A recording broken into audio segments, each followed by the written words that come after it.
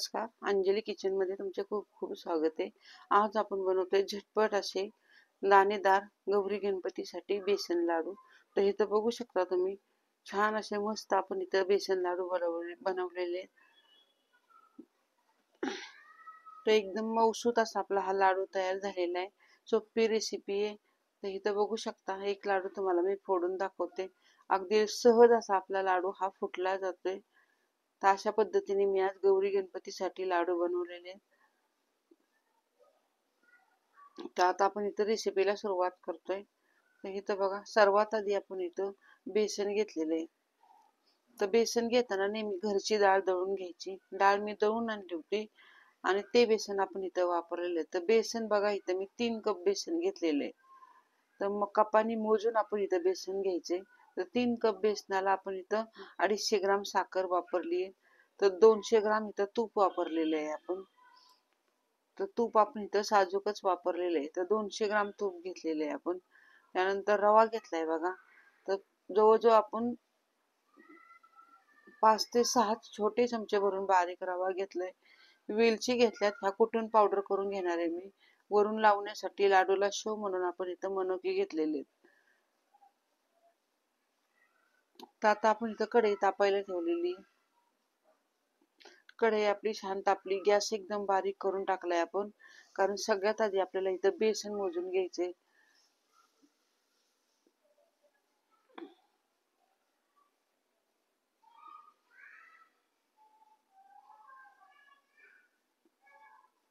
तर इथं बघू शकता, 3 कप बरोबर ह्या कपाच्या मापाने आपण बेसन घेतलेले। 3 कप म्हणजे बरोबर पाऊण किलो बेसन घेतलेले आहे आपण।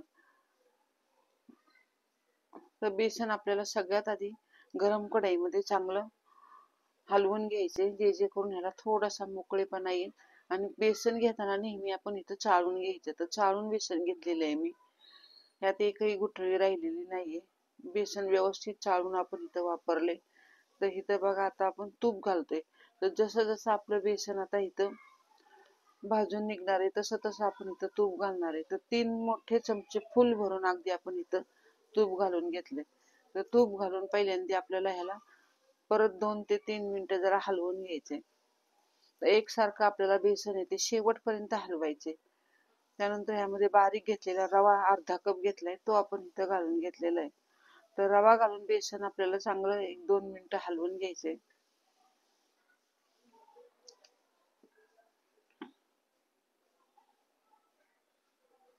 तर इथं बघू शकता, एक 3 मिनिटं आपण हे छान बेसन येते रवा घालून तूप घालून छान असं हलवून घेतलेले।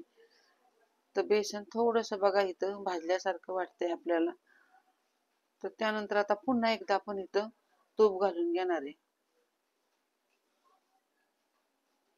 तर आपण इथं पुन्हा इथं 3 ते 4 चमचे फुल भरून तूप घातलेले। तूप घालून परत एकदा आपल्याला हे बेसन येते चांगलं हलवून घ्यायचे। फक्त बेसन भाजताना तुम्ही घाई गडबड करायची नाही, बारीक गॅसवर आपल्याला बेसन भाजायचे, वेळ लागतो। आता सर्व तूप आपण इथं घालून घेतोय। अख्खं 200 ग्राम तूप आहे तेवढं आपण या बेसन मध्ये घालून घेतलेले। आता हळूहळू बेसन आपल्याला चांगलं खरपूस होईपर्यंत भाजून घ्यायचे। हात आपला कंटिन्यू चालू ठेवायचा आहे। थोडं जरी आपण लक्ष इकडे तिकडे केलं तर आपलं बेसन इथं खाली लागण्याची शक्यता असते। ते कितीही बारीक गॅस ठेवला तरी पटकन आपले बेसन येते जळतं, मग लाडू खराब होतात। त्यामुळं बेसन भाजताना सर्व लक्ष आपण इथं केंद्रित करायचं। तर इथं बघू शकता, बेसन आपलं आता भाजू लागलेलं आहे। तर अशा पद्धतीने झाऱ्याने गुठळ्या मोडत मोडत आपण हे बेसन येते छान भाजून घेणार आहे। अगदी मोकळं फडफडीत आपल्याला हे बेसन छान भाजून घ्यायचे। तर इथं बघू शकता, छान असं बेसन आपलं दाणेदार दिसायला लागलेलं आहे।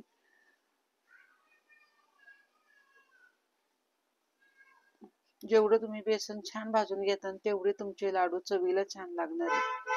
तर इथं बघू शकता, आपण बेसन इथं बिलकुल असं पातळ वगैरे केलेलं नाहीये। जेवढं 200 ग्राम तूप घेतलं होतं तेवढं घालूनच आपण इथं बेसन भाजून घेतले, छान लाडू होतात। एवढंही अगदी आपण बेसन घालून म्हणजे जसं आपण बेसन वगैरे बनवतो त्या पद्धतीने आपण इथं पातळ केलेलं नाहीये। अशा प्रकारेच बेसन मी इथं भाजून घेतलेले, छान लाडू होतात अशा पद्धतीने। तर इथं बघा बेसन आपलं भाजून झालेलं आहे. आता फक्त भाजताना बेसन व्यवस्थित भाजून घ्यायचे आपल्याला. तर इथं बेसन आपलं छान भाजून झालेलं आहे. तर आता आपल्याला हे बेसन एका परातीमध्ये काढून घ्यायचे. त्यामध्ये गरम असतानाच आपण इथं वेलची पावडर टाकून घेऊया, म्हणजे वेलची पावडरचा स्वाद चांगला उतरेल आणि लाडू आपले छान लागतील. तर पुन्हा गरम कढईमध्ये आपण 1-2 मिनिटं हलवून घेतलं आणि बेसन एका परातीमध्ये काढून घेतलेले.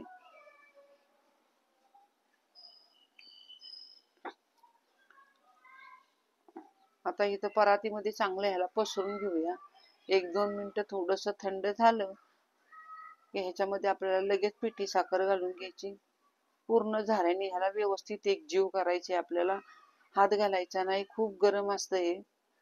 आता इथं आपल्याला साखर घालून घ्यायची. तर जेवढे लाडू गोड असतील तेवढे बेसन लाडू छान लागतात. तर इथं जेवढी साखर घेतली ती आपण सगळी टाकून घेणार आहे.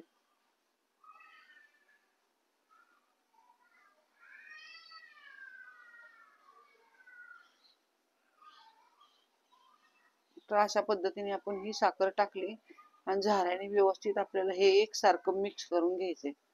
तर जेवढी साखर आपली एकजीव होईल तेवढे लाडू आपले चवीला छान लागणार आहेत. तर अशा पद्धतीने बघा, हे जरी कोरडं झालं असलं तरी लाडू बनवताना आपलं जे हाताच्या उष्णतेनेच ते लाडू छान असे मऊसूत आणि तूप दिसून येतं. तर पूर्ण साखर आपण इथं घालून घेतलेली आहे.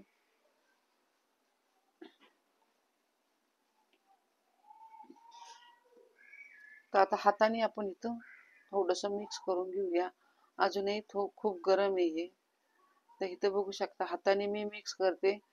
हाताने मिक्स केल्यामुळे काय होतं, ह्यातलं तूप आहे ते पुन्हा एकदा दिसू लागतं. आणि आता आपण इथं लाडू बनवायला घेतोय. तर सहज असा हा लाडू होतो. अगदी पचपचीत तूप घालण्याची काही गरज नाही. सुंदर असा लाडू बघा होतो, तुम्हाला दाखवते. तर पहिला लाडू आपण इथं तयार करतोय.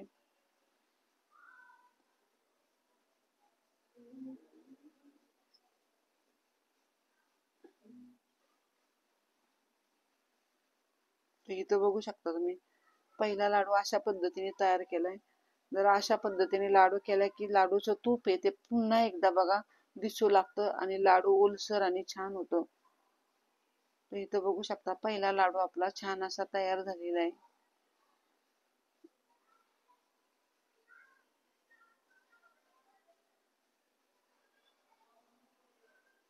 आता दुसराही लाडू आपण त्याच पद्धतीने इथं बनवून घेतोय.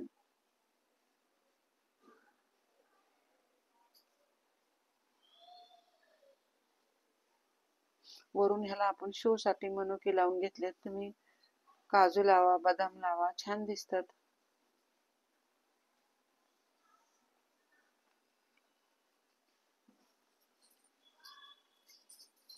तर दुसराही लाडू आपला तयार झालेला आहे. तर अशा पद्धतीने सर्व लाडू आपण इथं आता बनवून घेणार आहे.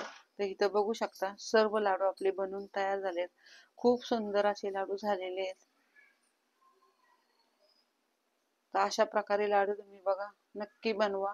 ह्या पद्धतीने अगदी तूप जास्त घालण्याची गरज नाहीये. तर एका प्लेट मध्ये आपण इथं लाडू घेऊया. तर कुठलाही पदार्थ तुपाने छानच होतो. जरी थोडंसं कमी जास्त प्रमाण झालं तुपाचं तरी जी चव आहे ती छान लागते. शेवटी साजूक तूप ते साजूक तूप असतं. आणि अशा पद्धतीने आपण हे लाडू बनवलेले आहेत. तर लाडू एका प्लेट मध्ये आपण घेतोय आता. तर इथं बघू शकता एक लाडू मी इथं फोडून ठेवलेला पण ठेवलेला आहे. तर सुंदर असे गौरी गणपतीसाठी झटपट तुम्ही लाडू बनवा. अगदी कमी प्रमाणात तूप वापरून छान असे हे लाडू तयार केलेले. आणि आजची ही रेसिपी तुम्हाला आवडली असेल तर सबस्क्राईब करा, शेअर करा, कमेंट करा. धन्यवाद.